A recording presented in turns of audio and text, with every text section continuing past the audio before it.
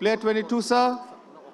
নতুন বোর্ড বিপিএলে নতুন গভর্নিং কাউন্সিল কথা ছিল হোম অফ ক্রিকেটে জমকালো আয়োজনে হবে 12তম আসরের উদ্বোধন, কিন্তু দেশের সার্বিক পরিস্থিতি বিবেচনায় শেষ পর্যন্ত সেটা সম্ভব হলো না। তবে ঢাকায় না পারলেও সিলেটে ছোট পরিসরে উদ্বোধন অনুষ্ঠান করার সিদ্ধান্ত নিয়েছে বিসিবি। থাকবে নানা আয়োজন।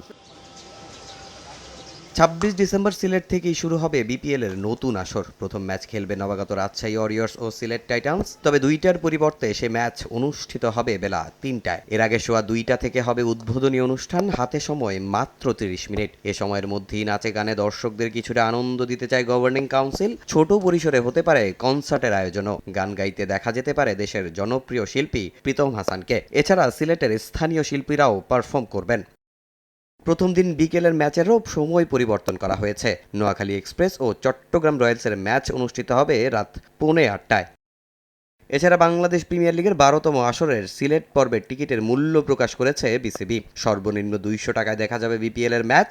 শহীদ আবু সাইদ স্ট্যান্ডের মূল্য ধরা হয়েছে 250 টাকা। সিলেটে ক্লাব হাউসের টিকিটের দাম 600 টাকা। সর্বোচ্চ মূল্য গ্র্যান্ড স্ট্যান্ডের টিকিটের দাম ধরা হয়েছে 2000 টাকা।